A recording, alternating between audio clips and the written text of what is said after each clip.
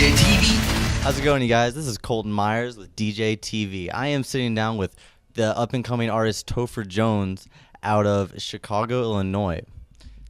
Topher, so you're touring with Triturnal, correct? Yeah, I am touring with Tritonal, and we're doing their Metamorphic tour, and it's about 35 dates so far, and it's been great. Cool. So how many shows have you done so far? I think tonight is number 6. Which is your favorite show by far?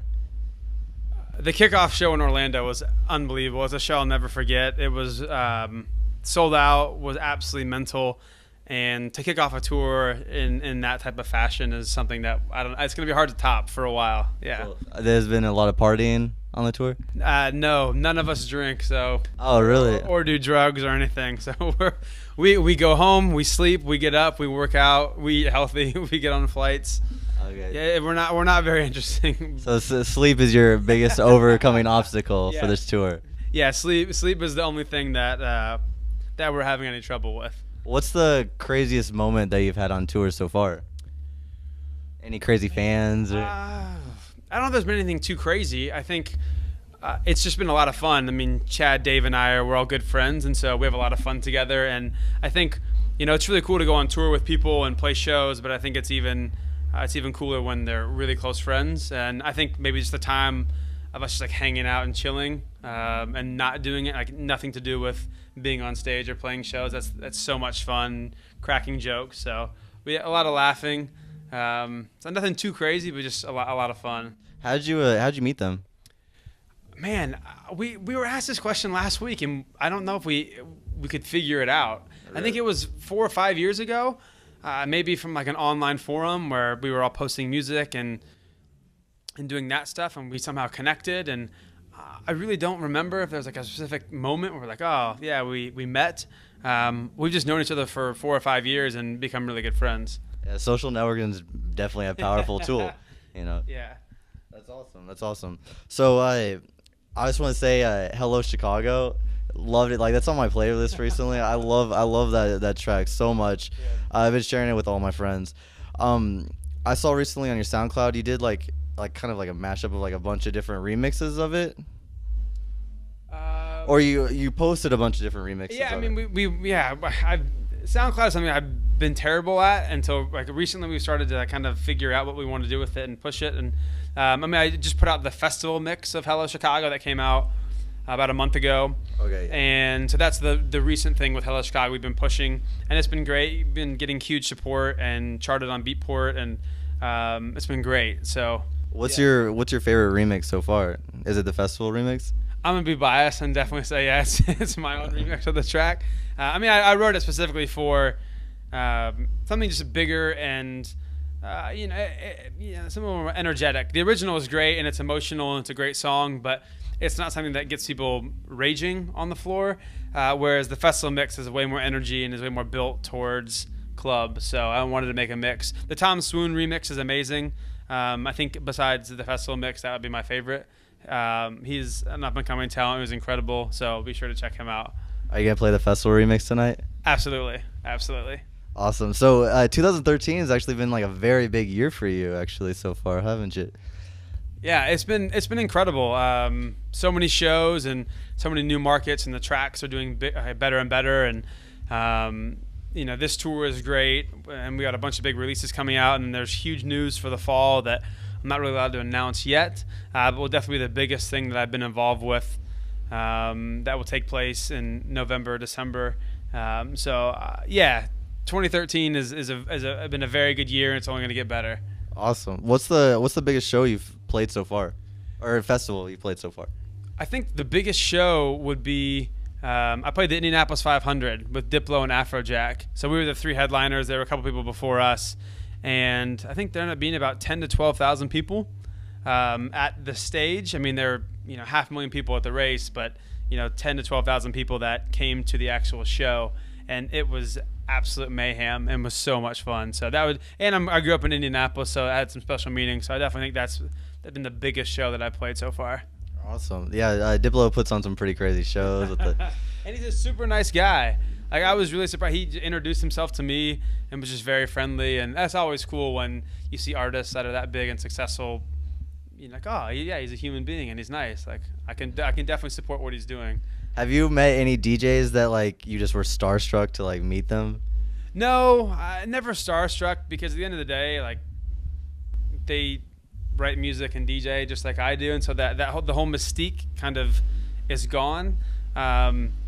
There are people that I definitely look up to, absolutely. Like Tiesto's been one of my biggest.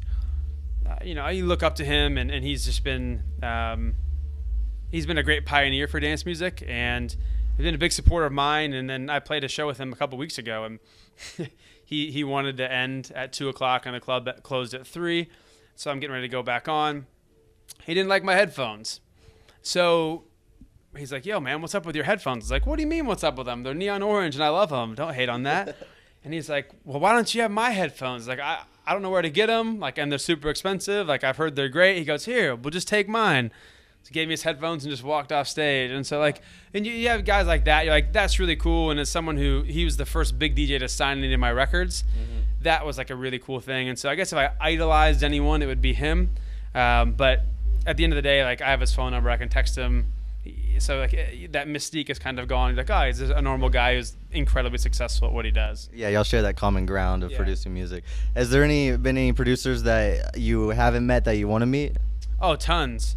I mean, I could probably list like 60 of them. But I think the thing that I'm finding more and more now is with the touring and traveling is it's cool to meet people, but it's even cooler to meet. I mean, it's cool to meet people that you admire their music, but I really enjoy meeting people that I admire as people and who they are, and just they're really down to earth, nice people, and that's what makes it fun of having these people you keep in touch with within the industry. Is like the tritonal guys. Like whatever happens with their music, like I mean, I want them to be incredibly successful, not because I want their music to be successful, but because I want them to be successful, and so I think. That's what I think the thing that I've really started to appreciate more and more is, more and more time I spend away from home and family and friends. It's great to have these people that you call like friends on the road. Yeah. So you're from Indianapolis, and then when did you move to Chicago? Oh man, 2010. So 3 years ago. I lived in Chicago. I lived in Woodridge area. I mean, like went to Navy Pier all the time and stuff. So like it's really cool that coming up. Like I was way too young to like know the music or anything out there. But a question I saw in your bio that you said that you're gonna bring house back. You're gonna make Chicago the capital of house again. Yeah, I would love to. I think Chicago is the birthplace of house music, and I feel like in the last decade or so, it's kind of been forgotten. And the thing is, it's got such an amazingly healthy scene. So many shows, everyone's playing there all the time, and it's people there love house music. But there haven't been many artists coming out of Chicago. I mean, Cruella, they're obviously killing it right now. Oh, yeah. And myself are kind of the only two artists from Chicago that tour on a regular basis around the world. And I think, I don't know, it kind of bothers me that there aren't, with how big and how amazing the scene is in Chicago, like, why aren't there more people expanding their careers and getting all over the place? And so I would love to kind of be the guy carrying the flag of like putting Chicago house music back on the map and kind of leading a new charge or a new generation of producers and DJs. Is there any artists out of Chicago that you feel that can achieve that goal that aren't really well known? I don't know. I think there are definitely some people that are talented. There's no shortage of talented people coming from Chicago. I think the difference is it's being talented and taking things to like that next level of like, do I want to turn this into a full-fledged career? Do I want to put everything into this? It takes a lot of time and a lot of effort, and it's not very fun at times. It's not very glamorous. But that's what it takes to do these tours where you travel around the U.S. and travel around the world. And so that type of stuff, I can't predict what people are like, what their character is like as a person. There are definitely people that are talented in Chicago, though. No, nobody specific? No. You don't want to shout No one that I'm like, this kid's going to blow up, no. When did you realize that, like, you want to put everything else down and strictly produce? Man, I think when I was in college, it was when I was like, all right, let's really try and give this a go and see what I can make of this. And that's when I started writing music, and I fell in love with the production side of things. I've been DJing for, I don't know, 6-7 years already, and then, it's fun to DJ, but if you want to make a career, you got to learn to write music. And so I was having a conversation with myself on the way home from class one day of like, either I need to sell my turntables and everything and say that was fun, what a cool hobby that was, or let's dive in and see what we can make of this. So I think it was back when I was 20 that I had that conversation of like, all right, let's really give this a shot and see what can happen. Cool. Yeah. So you definitely took the right fork in the road. Definitely. I mean, look at where you are now. I hope. There's a long way to go. Well, let's touch on the production side of things. What do you use to produce? I use Logic. Yeah. Cool. What about hardware? I don't have any hardware right now. Yeah. I used to have a Virus TI, but that's something I sold, and now that I'm on the road so much, I can't count on having that with me all the time. I just bought a new laptop that has everything that's in my studio on this computer, and so I can basically produce full-time on the road, and then you get back to the studio and finish things. So it's nice to have matching plugins and synths and everything. So I said hardware's got to go. It's great, but you can find software that is almost just as good. So I've kind of said goodbye to the hardware. Let's talk about Brohammer. How long did it take you to make Brohammer? 4 hours. Wow. Yeah. Okay, I was actually thinking it was gonna be a lot longer. No, that song took 4 hours, and it was one of those moments. You start it, every idea I had is an idea that's in the track, and it just clicked. And then I sat back and was like, wait a minute, this actually kind of works. And it started out as a joke. I only wrote it because my brother and I were at dinner for my birthday with the rest of my family, and he was kind of giving me a hard time about the type of people that come to my shows. And so he was talking about the bros and their dance moves, and one of us had the term brohammer, and like, oh, that's really funny. And so I went back to Chicago and was like, if I could hear the word brohammer in a song, what would it sound like? And that's what I wrote in 4 hours, and I sent it to him, and he's like, this is terrible, and by terrible I mean it perfectly fits the word brohammer. Can you touch on like the main synths you used for the lead? Yeah, so the bass line, or like I guess that's the main sound, is a layer of I guess the sub bass is I believe strobe. The main mid bass sound would be it's Razor, Sylenth, and then there's a high-end synth that I use in Contact. And so those are the three things that layer up to make the bass line. And then what else did I use in the track?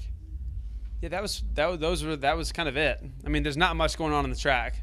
Yeah. It's very simple, and so those three things kind of do the whole track. Well, it definitely got a lot of success. Oh, well, thank you. For 4 hours. Yeah, I mean, 4 hours turned into like kicking off my career again, which is great. All right, well, we do a segment where we grab questions from, some of our viewers. Okay. So one of our questions from a guy named Jeremy Ward is, what's your favorite mythical creature? My favorite mythical creature? Oh, man. I'm trying to think. I would have to go with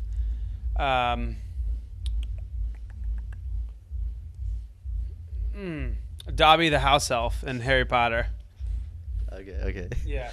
I mean, it's nothing too crazy, but I love Harry Potter, and I thought he was a great character. He just wants to be free. Yeah, that's all he wanted. Yeah. It's a simple goal.